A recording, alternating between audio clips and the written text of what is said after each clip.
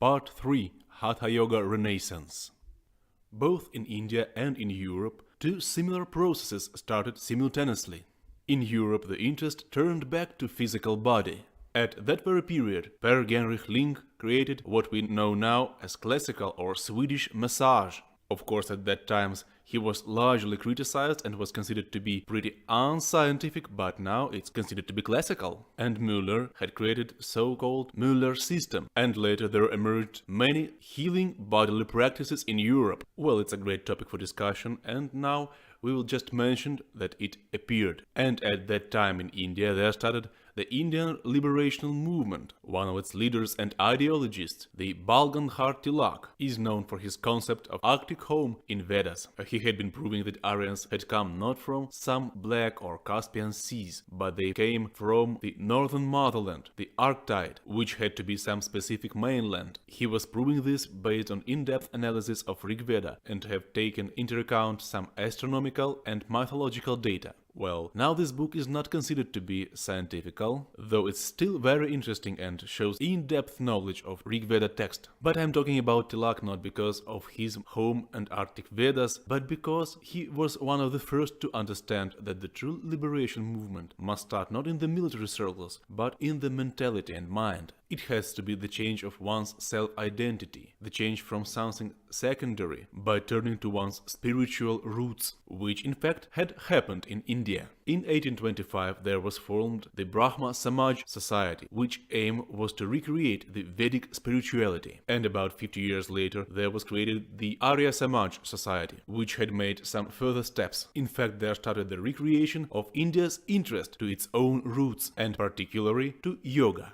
And in the late 19th and early 20th centuries, there had lived four men who had created the yoga as we know it today. In fact, these men had reformed, transformed and created some new yoga. And this had happened on the wave of India's own interest to its roots. These are Swami Shivananda, Sri Krishnamacharya, Sri Yogendra and Dhirendra Brahmachari. We will start with Sri Krishnamacharya, who had the greatest influence on modern European yoga. Following traditions belong to Sri Krishnamacharya's lineage.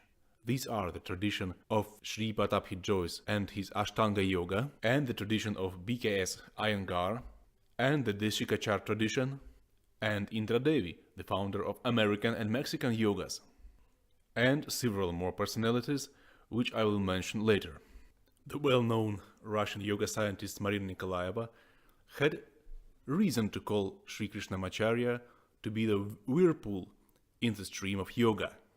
In fact, this was the man who was not just studying and practicing yoga, but he was the one who had created yoga. Suffice it to say that Sri Pataphi Jois, Iyengar and Deshikachar, three of his greatest students, had learned yoga from him. And these are three most powerful yoga schools in the world. And these three schools practice an absolutely different yoga, and even not nearly similar if we will take a closer look. So how could this happen if each of them had received yoga from Krishnamacharya?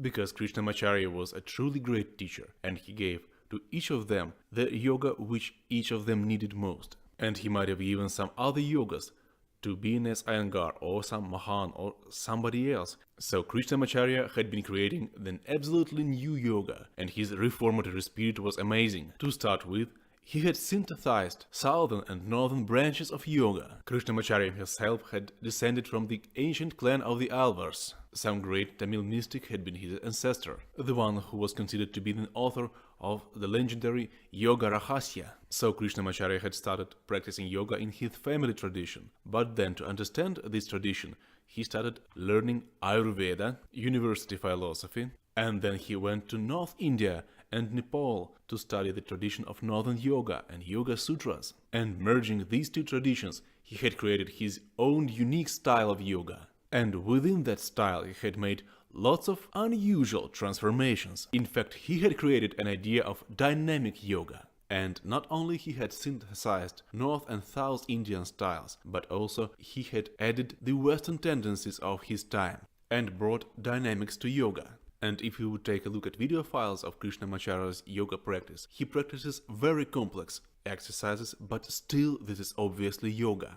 The exercises which he performs could be done by any gymnast, but the smoothness of how he does it could be obtained only with the very deep control of one's psyche. So this is how Krishnamacharya's yoga had looked like. However, we may be cautious saying about this because during his lifetime, his style of yoga practice constantly changed. So what else had Krishnamacharya done apart from he had raised 3 great descendants?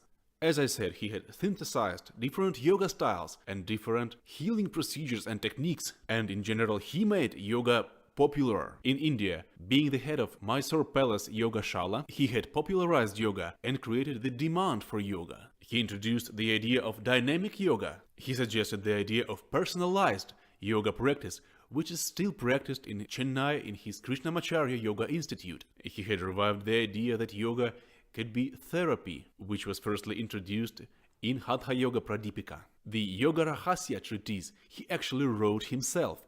Of course, as said, he had seen its text in some state of mystical enlightenment. So in Yoga Rahasya, yoga is not only a mystical teaching, but also a therapeutic teaching. He significantly contributed to new yoga exercises. And last but not least, he had adapted many yoga tests for the European mentality. There exists a Yoga Sutra translation by Krishnamacharya. Well, in fact, it has very little to do with the original text of Yoga Sutra, but nevertheless, his text itself is ingenious. It's a truly deep text, and it's understandable for the European, and thus it is incredibly useful, although being very far from original text. But in fact, as I understand, Krishnamacharya was a truly great teacher, and he was not afraid to create something new. For instance, take into account that Yoga Rahasya, which he wrote himself, and then he had enough courage to say that it is that very same Yoga Rahasya, as well as implementing dynamic exercises to yoga, referring to some Mysore Palace text which has nobody seen so far. And he said that there actually was this text, and now it's a commonplace to see the vinyasas, the dynamic exercises in yoga, as well as implementing power exercises to yoga. Actually, Mark Singleton, the famous yoga researcher, writes the following. Near Krishnamacharya's Yoga Shala, there was some kind of British gym. Krishnamacharya looked at that exercises and added some of them to the yoga exercises. So he was creating yoga. That's why he was called the whirlpool in the stream of yoga. So he gathered everything possible, mixed it within himself, and created many new yoga approaches. He lived 101 years, and he practiced till the very last year of his life. He was still alive in 1980, and he was an incredibly strict and hard man. To better understand him as a person, we might refer to his biography.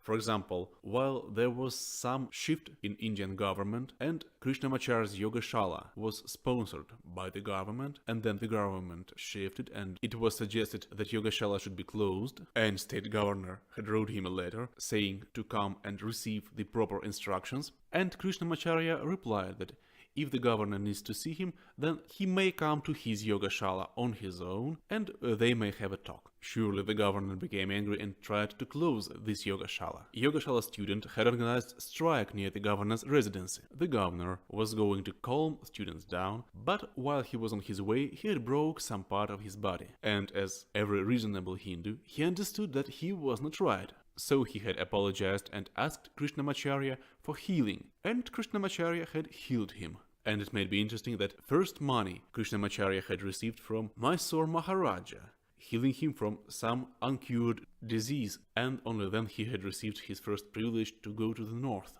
There he had cured the Shimla governor and received an ability to go to Nepal. So this was an incredible man, and concerning his contribution to 20th century yoga, it's so huge that it even cannot be observed. Without him, we would have known very little of yoga.